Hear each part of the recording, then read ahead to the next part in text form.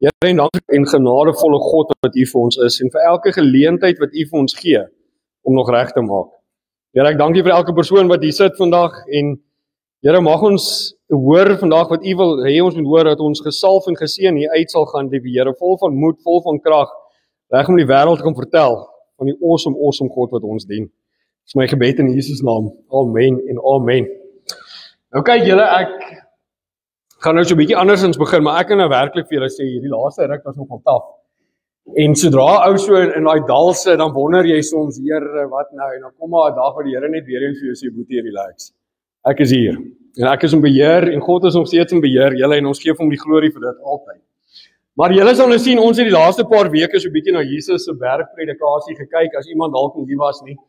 En die waardevolle lesse wat ons daaruit geleer het, soos wat ek al in die verlede gesê het, dit is Jesus se mees omvattende leerstelling gewees. Dit was in konteks die meeste wat hy geleer het, en dis eintlik nogal fenomenaal, as ou gaan kyk, dit wat Jesus daai tyd geleer het, en hoe dit nog van toepassing op ons is vandag, en hoe kan ons dit wat Jesus geleer het, vandag nog eintlik toepas in ons eie lewens. En dis vir my so fenomenaal as ons kyk, hy het vir ons eerstens gewys, as jy ware vreugde wil beleef, wat moet jy doen?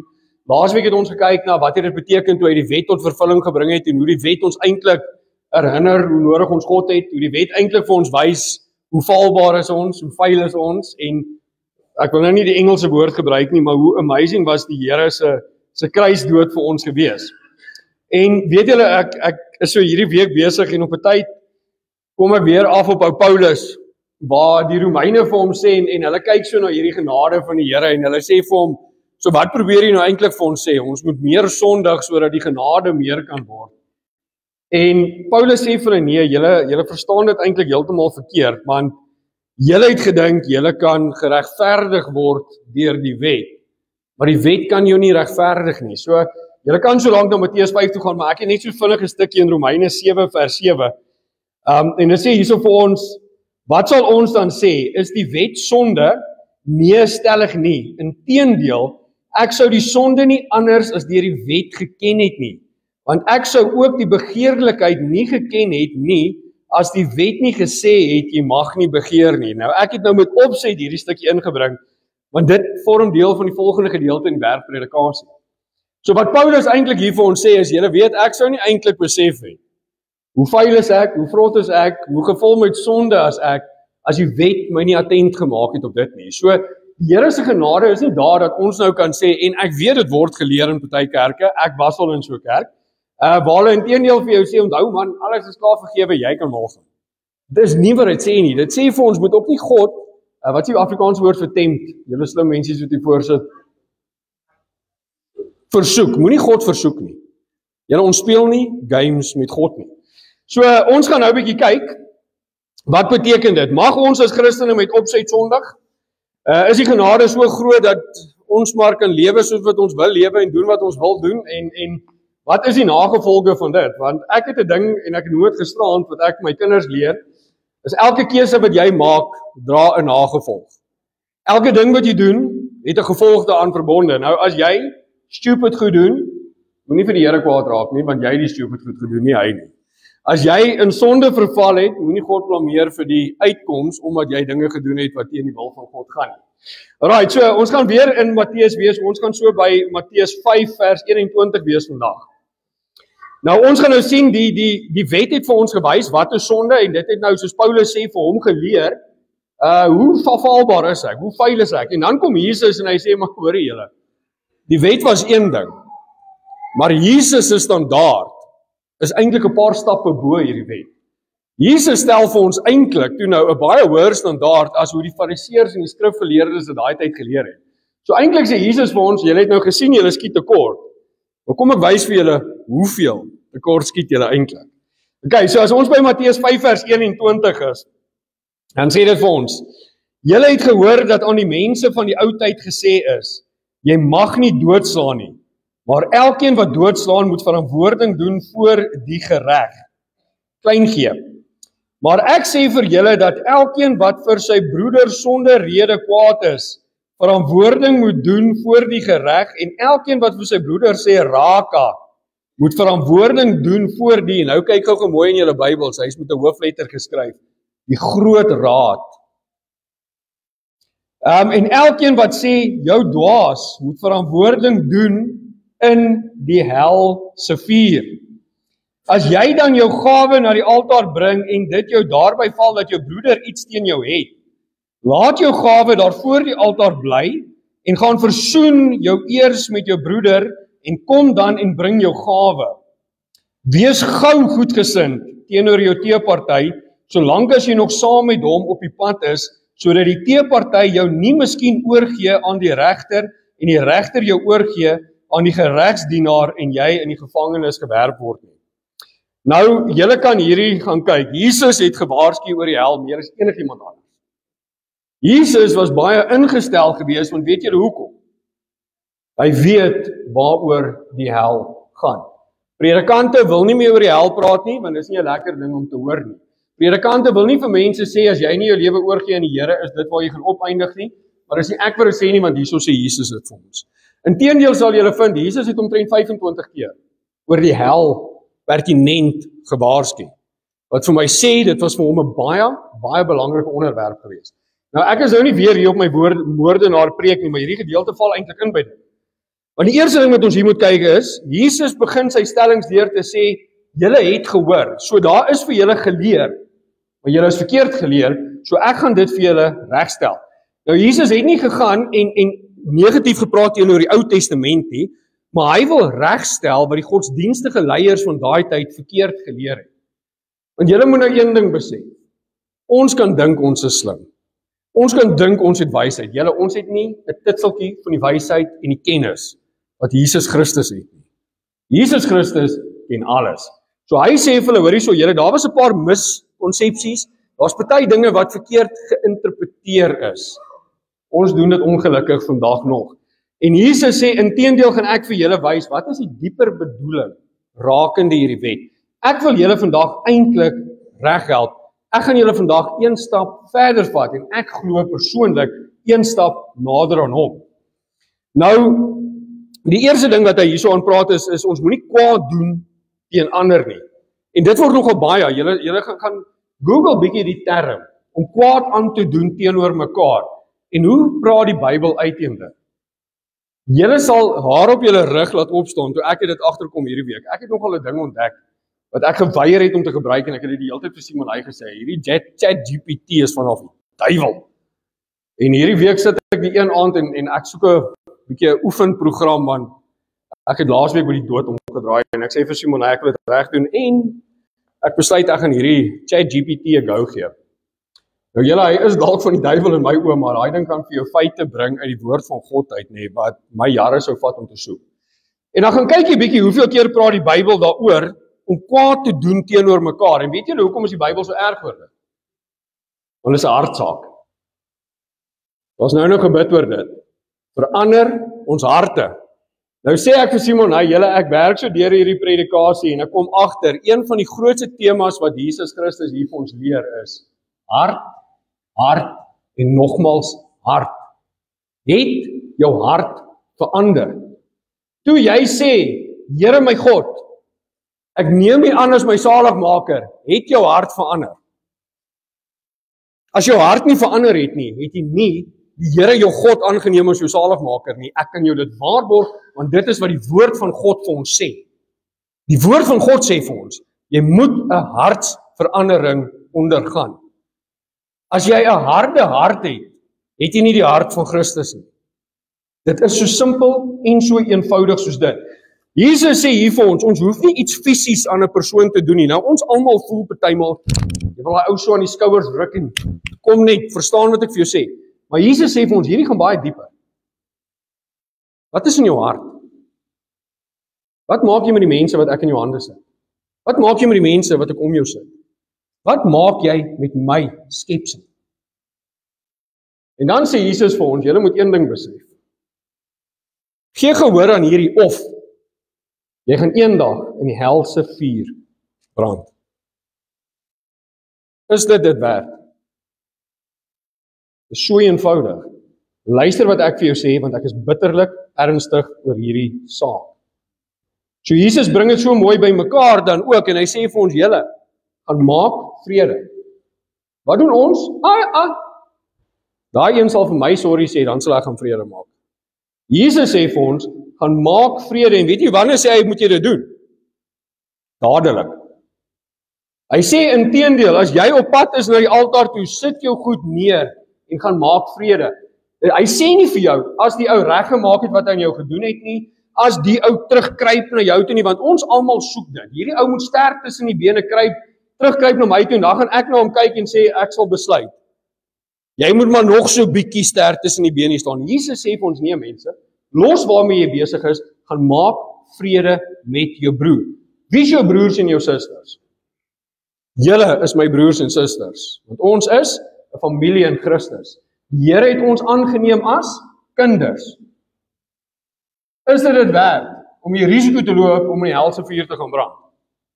Jy's bitterlik arrogant, en ek gaan nou nie vir julle so of so sê nie, maar ek dink nie jy is verskriklik slim, as jy bereid is om daai kans te vat nie. Weet julle, ek sê vir Simon, hy, keer op keer kom dit met my op, as ek fout maak teen 'n mens, maak ek nie net fout teen die mens nie, ek maak fout teen 'n lewende God, en ek het 'n lewende God wat eendag gaan vergeld. Ons dink, die Here gaan hierdie goeders eendag oorsien, man, ek was 'n goeie mens, ek het goed gedoen, ek het mooi gepraat. Die Here sê vir jou, boetie, jy kan die beste mens op 2 bene wees. As jy my nie, as jou God en saligmaker het nie, beteken dit vir jou soveel. Die helse vuur wag vir jou. Dan wil ons met dit speel. So asof ons vir God gaan sê, kom ons kyk. Traai dit. Ek kan jou een ding sê, die Here kyk na jou en sê, moet my nie traai nie. Jy gaan kort kom elke liewe keer.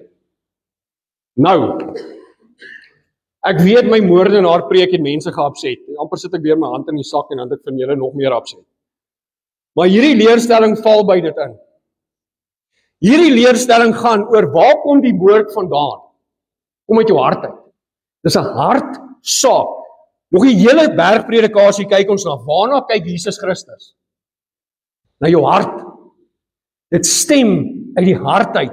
As jy wil moord pleeg, waar begin daai gedagtes? Begin in jou hart. Voor jy oorgaan na daai daad toe, en Jesus Christus kyk na dit en hy sê vir jou, koester jy daai gedagtes? En jy's 'n moordenaar in jou hart. Koester daai gedagtes teenoor jou boeties en sissies, en die helse vuur wag vir jou. Hy kan dit nie vir ons meer reguit as dit sê nie. Hy sê vir ons, maak 'n hartsverandering. Dit sal slegs gebeur as jy 'n bekeerde kind van God is. Flous my, flous die mense wat hier sit. 'n Geregtige, lewende God sal nie geflous word nie. Ek is so erg oor hierdie saak. Want hierdie saak is 'n geval van hel of hemel. Dis hoekom ek so passievol is oor hierdie. Weet jy dat ek lees hierdie week wat die Here vir ons sê, jy wat 'n lafaard is, sal die poorte van die hemel nie ingaan. Jy wat te bang is om die waarheid van God se woord te praat, sal nie die hemel ingaan nie. Ek sal die waarheid van God se woord praat. Ek kan die hele wêreld opset in die proses, solank as wat God vir my sê het gedoen wat ek moet doen. Here, ek word hierdie laaste week aangeval, hierdie laaste paar weke, die mense in my binnekringe sal dit vir julle vertel. Ek sit vanoggend in daai bidkamer, die Here stuur mense om my, om vir my te kom bid. Hulle doen iets wat ek sê ek in my lewe nooit sal toelaat in hierdie kerk nie, want ek laat niemand aan my voete vat nie. En 'n getroue gesand van God staan op en sê, Roan, die Here sê vir my, ek moet jou afsaal vandag, want hier's mense wat besig is met nonsens in hierdie kerk. Want ek raak vreesbevange, want mense moan oor die goed wat ek preek. Mense stem nie saam met wat die woord van God sê nie, hou nie van wat ek sê nie, en dan wil ek op 'n punt kom waar ek wil begin sê, wat wil julle hê moet ek sê? Ek kry vanoggend 'n video, en ek sê vir Simon, dit is hoe amazing God is, en dis hoekom ek vir julle sê, ek dien 'n lewende God. Ek kry 'n video vanoggend wat 'n predikant sê, 'n vioolspeler speel, hy het 'n hele konsert, almal staan op, een ou bly sit. En hierdie ou raak angsbevange, hy raak tranerig, en hulle sê vir hom, hoekom huil jy? Almal prys jou, hy sê, want daai is my onderwyser. As ek hom nie kan gelukkig hou nie, gee ek nie om wat die mense van my dink nie. As ek God nie gelukkig kan hou nie, kan die mense om vir my sê wat hulle wil. Dit pla my nie soveel nie. Want ek wil vir God staan. Bid teen my, preek teen my, ek weet nie om wie jy is nie. Jy preek teen God. En ek is hard vandag. En ek sê vir Simon, my preekstyl het verander die laaste ruk, want ek het sag geraak, want ek is bang wie word kwaad vir my. Word kwaad, praat teen my, sê wat jy wil. God bly in beheer. Hoor my vandag. Ons kan mekaar verag. Ons kan mekaar vervloek. Dis 'n gesand van God, dis 'n kind van God wat jy verag en wat jy vervloek. Jy doen dit nie aan my nie. Jy doen dit aan 'n lewende, geregtige God. Hy sal dit nie ongesiens laat verbygaan nie. Ons probeer hierdie goed regverdig. Ons probeer onsself regverdig. Die Here sê vir ons, gaan maak vrede, gaan vra om vergifnis. Dis my kind aan wie jy dit doen. Ons kan nie God meer flous nie. Ons moet versigtig raak. Kan ek vir julle sê wat is my kosbaar? Iemand wat jou verdedig in jou afwesigheid. Dis wat ons met mekaar moet doen. Hoeveel keer verdedig ons mekaar in ons afwesigheid? Wat praat ons agter mekaar se rug? Ek hoor dit dalk nie, maar God hoor dit. Verdedig ons mekaar of praat ons mekaar sleg? Noem ons mekaar 'n dwaas. Daai wat hulle sê raka, beteken 'n dwaas. Wees eerlik met jouself. Wie hier binne het my al 'n dwaas genoem? Wees so eerlik met jouself. Wie het julle al 'n dwaas genoem? God is ernstig hieroor. Julle speel games met 'n lewende God. Noem my wat julle my wil noem. Maar weet een ding. God gaan hierdie goed nie ongesiens laat verbygaan nie. Ek gee nie om wie jy is nie.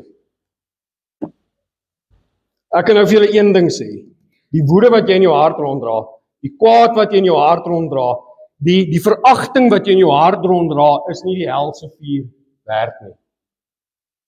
Gaan lê jou probleme voor God neer en gaan pleit by die Here Jesus Christus vandag, dat hy vir jou 'n hartsverandering gee. Dat jy begin uitreik na die lewende God toe. Want jy het daai woede in jou hart, gaan jou op 'n plek laat opeindig, wat ek nie vir my grootste vyand sal toewens nie. Dit is nie, dit werk nie. Gaan spreek vry, want weet julle wat, ons dink môre is nog tyd. Ons kry gisteraand 10 ure oproep, 21-jarige Malaiti, een van die kinderhuis se tannies, se kleinkinders, dood in 'n karongeluk. 2 van die ander kinderhuiskinders, se boetie en sussie was ook in daai kar, of sy girlfriend en boetie of so iets is in die kar. 21. Jy dink jy het môre nog tyd. Dis nie vir een van ons gewaarborg nie, nie vir een van ons nie. Gaan maak vandag reg. Raak opreg daaroor. Kwaad, haat, begin in die hart. Dan kry jou hart reg en net God kan dit vir jou doen. Jy kan dit nie doen nie. Matteus 5 vers 27, ek kan nou skoon my plek hier verloor. Matteus 5 vers 27. Julle het gehoor dat aan die mense van die ou tyd gesê is, weer eens sê Jesus, kom ons stel dit reg. Jy mag nie egbreek nie. Maar ek sê vir julle dat elkeen wat na 'n vrou kyk om haar te begeer, reeds in sy hart met haar egbreek gepleeg het. As jou regteroog jou dan laat struikel, ruk dit uit en gooi dit weg van jou af. Want dit is vir jou beter dat jy een van jou ledemate vergaan as jou hele liggaam in die hel gewerp word. En as jou regterhand jou laat struikel, kap dit af en gooi dit weg van jou af, want dit is vir jou beter dat een van jou lede vergaan as jou hele liggaam. Weereens, wat sien ons hier? In die hel se vuur. Waar waarsku Jesus ons weer? Is dit vir jou dit werd? Nou julle hierso, gaan hierdie ding soveel dieper. Julle sal sien in die Bybel, ons het gisterand vlugtig daarna verwys, ons word geag as die bruid van God. So as ons kyk na die huwelik, dan verteenwoordig eintlik ons verhouding met die Here. Dis hoekom God so erg is oor die huweliksverhouding. Dis hoekom hy dit so baie keer gebruik in sy bediening. En eintlik is ons verhouding met God 'n refleksie van 'n huwelik. Ons is die bruid en hy is die bruidegom. Nou weer een sê hy hierso, julle besef hierdie gedagtes begin in jou hart. Jy hoef nie fisies die daad te doen om buite die wil van God te wees nie. Jy moet net iemand begeer. Nou, julle, ek probeer hierdie week vir Leon dit verduidelik. Wat dit beteken is pluk jou oog uit en gooi dit in die hel se vuur, né? Of gooi jou oog uit voordat jy in die hel se vuur opeindig. Besef jy hoe ernstig is die Here oor dit? Haal jou oog uit voordat jy daai porn op jou foon kyk. Voordat jy daai foto's kyk wat jy nie moet kyk nie, haal jou oog eerder uit. Dis hoe ernstig God is. En weet julle wat snaaks, ek het statistieke gaan kyk.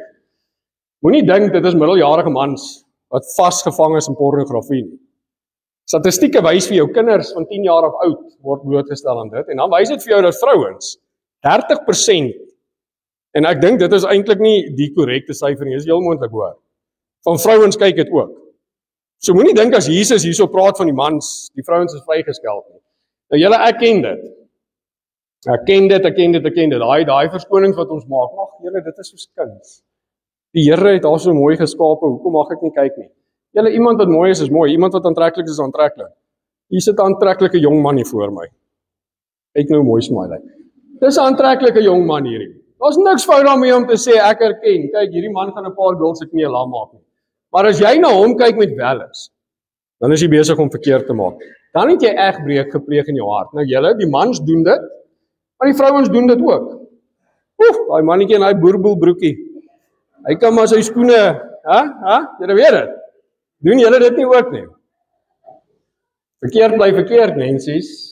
Verkeerd bly verkeerd. Nou die Here hierso sê vir ons, welis is welis.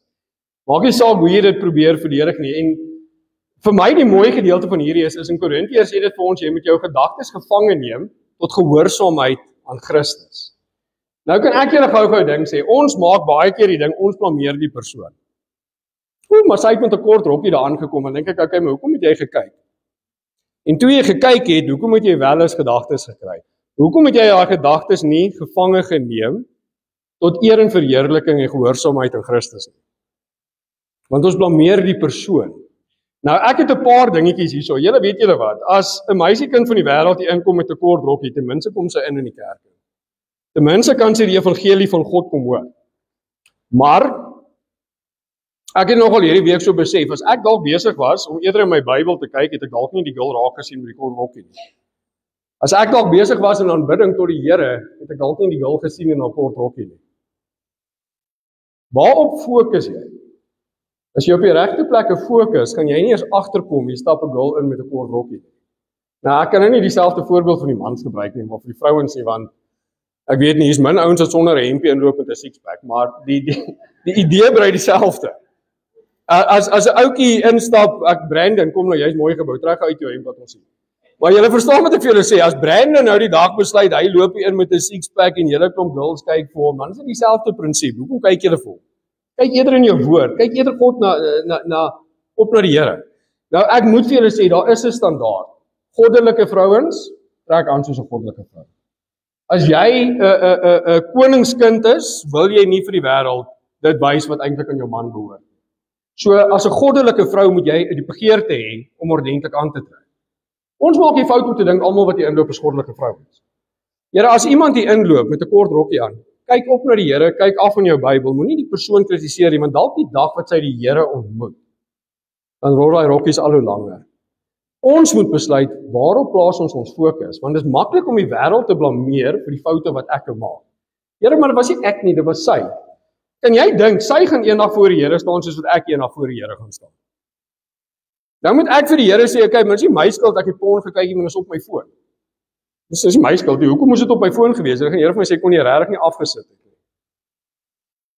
Fokus, jou fokus op die regte plek. Fokus op God en ek beloof jou, jy gaan nie meer na daai vrouens en daai manne met hulle sixpacks wil kyk nie. En die boerboelbroekies gaan jou ook nie meer pla nie. Nou julle, ons word direk gewaarsku hierso oor die hel. Die Here speel nie met ons speletjies nie. Ek kan nie dink hoekom speel ons met ons speletjies nie.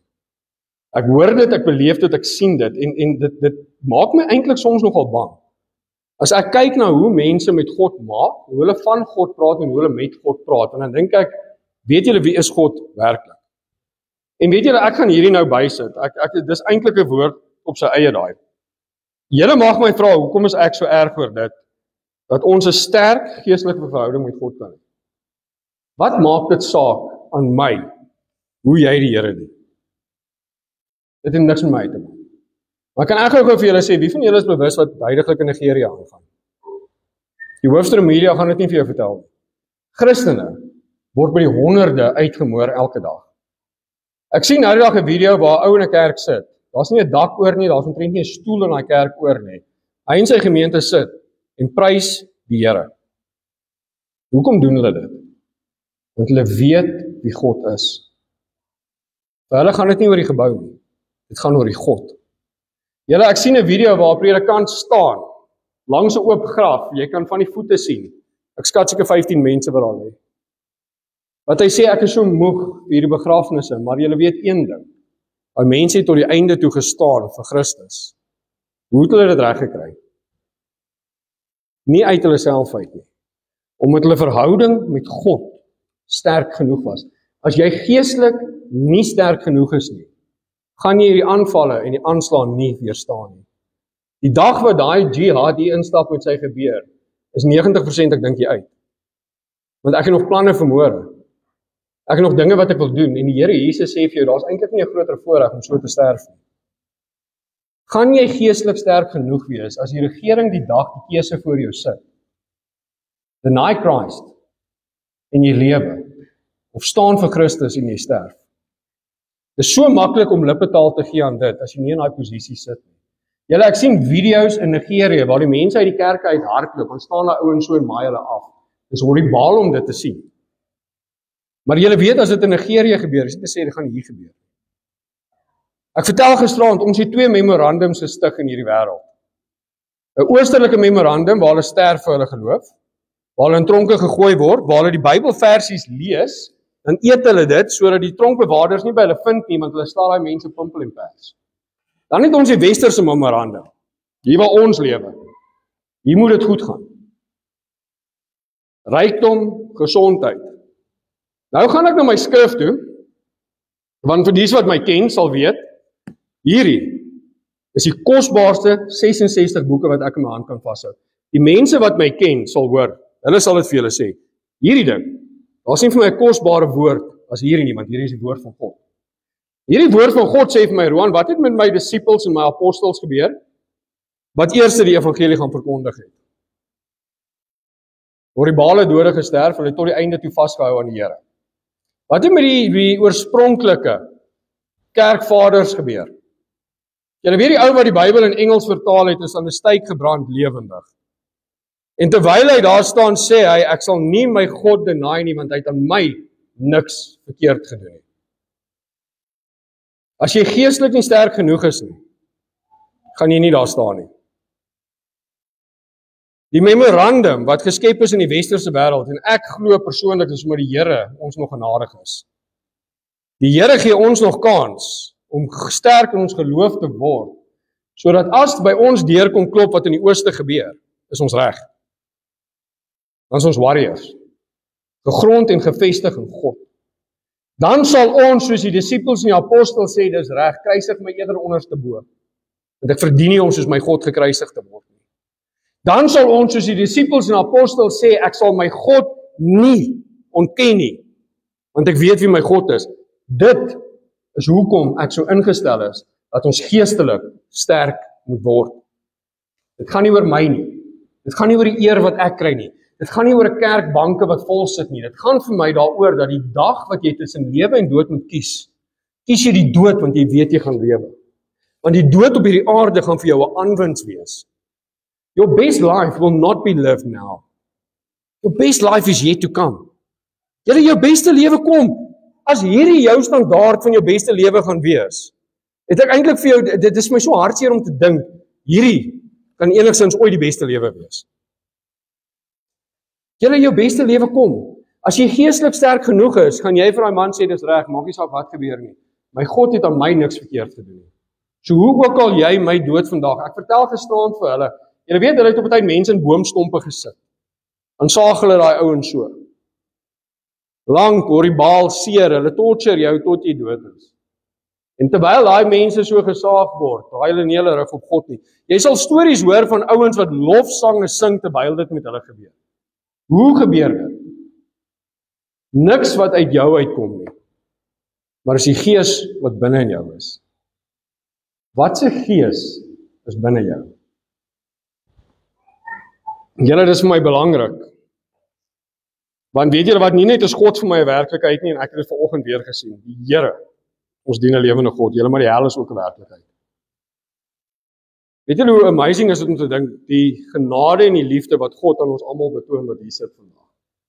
Jesus sê vir ons, julle weet, daar's 'n werklikheid wat vir almal wag. Daar's een van twee plekke, almal gaan voor God se troon staan. Hy gaan of vir jou sê, wel gedaan, my getroue dienaar, kom asseblief na my toe, of hy gaan vir jou sê, wie is jy? Gaan weg van my af, jou dienaar van ongeregtigheid. En dan sê die Here vir ons, julle, maar ek gee vir julle my liefde, ek gee vir julle genade, ek wys vir julle dit deur my seun te laat sterf op 'n kruis wat sondeloos is, perfek was, niks verkeerd gedoen het nie, hy vat julle vuil op hom, sodat julle gered kan word.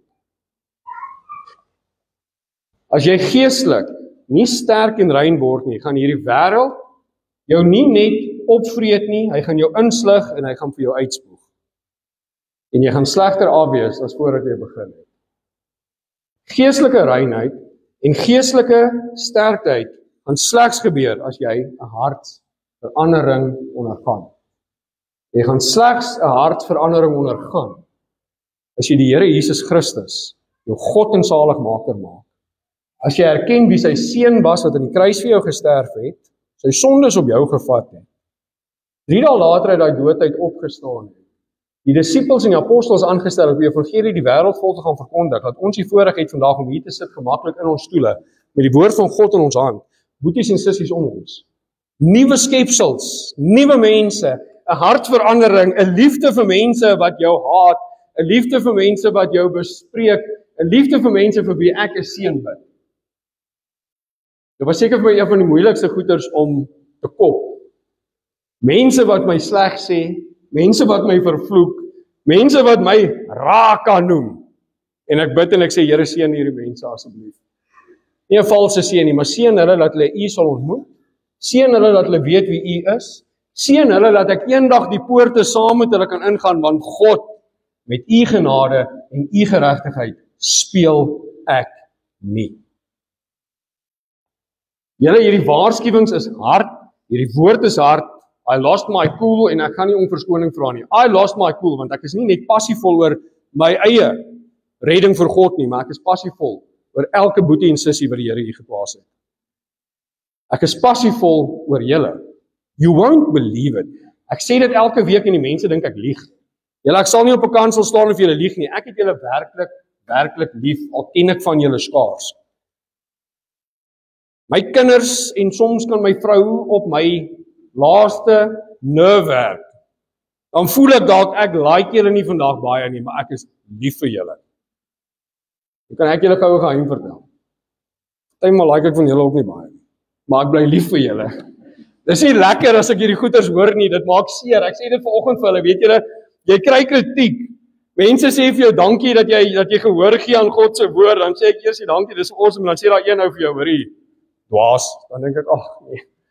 Hy dwaas maak seer en dan dink ek, jong, ek like jou nou nie baie nie, maar Here, ek het hierdie persoon lief. Ek het julle werklik lief en ek wil werklik hê julle, ieder en elk van julle moet eendag in die teenwoordigheid saam met my in God wees. Kan julle dink hoe amazing is dit as ons eendag daar kom en ons sê, hoorie, hier's jy. Ek is so bly jy saam met my hierso. Maar as God vir jou vra, wat het jy met die boeties en sissies gedoen wat om jou was, wat gaan jy vir die Here sê? As God jou vra, hoekom het jy daai een 'n dwaas genoem? Hoekom het jy daai een 'n sot genoem? Hoekom het jy gesê daai een is dit of daai een is dat? Wat gaan jy vir die Here sê? Ek stel hierdie vraag voor elkeen van julle vandag. Ek is net so skuldig. Julle, ons maak die fout om predikante op 'n pedestal te sit en ek sê dit gereeld, maar hulle nie hoor nie. Ons kom kort. Ek moet gereeld op my knieë gaan en ek is eerlik as ek dit sê gereeld. Here, ek is jammer. Ek het teen U gesondig, want ek het U kind te dwaas genoem. Here, ek het teen U gesondig, want ek het 'n wrokgevoel in my hart rondgedra teenoor 'n persoon, wat ek nie moet doen nie, want as my hart vol haat is my hart nie vol van die Heilige Gees nie, want ek kan julle een ding beloof. Hy sê ding in Spreuke, wat die hart van vol is, loop die mond van oor. As die hart vol van die Heilige Gees is, kan die mond oorloop van Christus. As jou mond nie oorloop van Christus nie, dan vra jouself vandag af, hoekom nie? Julle weet, die wêreld het ons geleer, jy moet een skietgebedjie bid en that's it. Die Here sê vir ons, is 'n strewe na heiligmaking. Dis 'n pad wat jy stap. Gaan jy en foute maak? By all means. Maar weet jy hoe amazing is die Here, want hy sê vir jou, val my kind. Ek gaan jou weer optel. Reik uit na my toe. ek gaan jou weer vergewe. Ons sondig nie meer dat die genade meer word nie, maar as ons besef hoe vuil is ons, besef ons hoe groot is God se genade. My laaste teksvers. Ek wou dit eintlik toe ek so 'n krakker hier afgegaan het. Romeine 1 vers 16 sê vir ons, want ek skaam my nie oor die evangelie van Christus nie, want dit is 'n krag van God tot redding vir elkeen wat glo, eers vir die Jood en ook vir die Griek. Ons val onder die Grieke, die heidene.